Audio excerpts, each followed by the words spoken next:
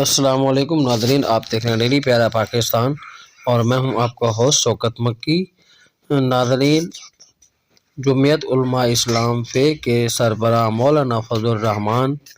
کا دورہ جنوبی پنجاب اور دورہ سندھ بہت ہی کامیاب رہا۔ انہوں نے جنوبی پنجاب کا دورہ کرتے ہوئے صادق آباد کا دورہ کیا اور اس کے بعد جامعہ مغدن العلوم خانپور پہنچے، جہاں پر دستار فضیلت کی تقریب کی گئی اور علماء کرام، حفاظ کرام اور دیگر ان کے پارٹی کارکنان نے ان کا بھرپور استقبال کیا۔ مزید انہوں نے خطاب بھی کیا، آئیے وہ آپ کو سنواتے ہیں۔ آج آپ کا دعویٰ ہے کہ العلماء ورثۃ الانبیاء،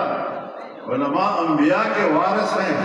اور ان الانبیاء لم یورثوا دینارا ولا درہما بل ورثوا العلم، کہ انبیاء کرام نے تو نہ وراثت میں روپے پیسہ چھوڑا ہے نہ جائیداد چھوڑی ہے، اگر انہوں نے اپنی جائیداد میں کچھ چھوڑا ہے تو یہ علم چھوڑا۔ اب اس علم کا تقاضا یہ ہے کہ پہلے وتواصوا بالحق،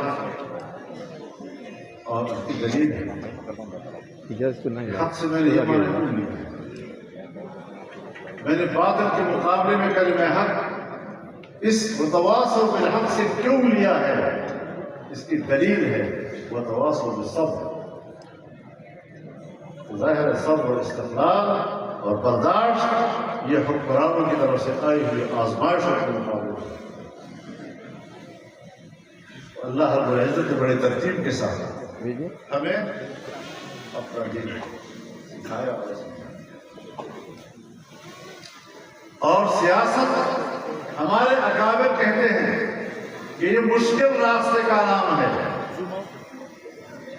مشکل راستے کی تعبیر بھی تو اللہ نے کی، فَلَقْتَحَمَ الْعَقَبَةَ وَمَا أَدْرَاكَ مَا الْعَقَبَةُ، تم جانتے ہو اللہ نے اس گھاٹی کی قسم اٹھائی ہے اور فرمایا جانتے ہو گھاٹی کیا ہے، یعنی شریعت کو اللہ نے تعبیر کیا گھاٹی سے، اور گھاٹی مشکل گزرگاہ کا نام ہے، جس میں جھاڑیاں بھی آتی ہیں، جس میں پتھر بھی آتے ہیں، جس میں پانی بھی آتا ہے، جس میں پہاڑی بھی آتی ہے۔ اور جب آپ کے سامنے یہ راستہ آئے گا اور آپ اس راستے میں داخل ہوں گے، اور اس کے لیے اللہ نے مقدمہ باندھا ہے، یوں ہی خواہ نہیں کہہ دیا فَلَقْتَحَمَ الْعَقَبَةَ وَمَا أَدْرَاكَ مَا الْعَقَبَةُ، اس سے پہلے مقدمہ اللہ نے باندھا لَقَدْ خَلَقْنَا الْإِنسَانَ فِي كَبَدٍ، اور جب لَقَدْ خَلَقْنَا الْإِنسَانَ فِي كَبَدٍ فرما دیا کہ اللہ نے انسان کو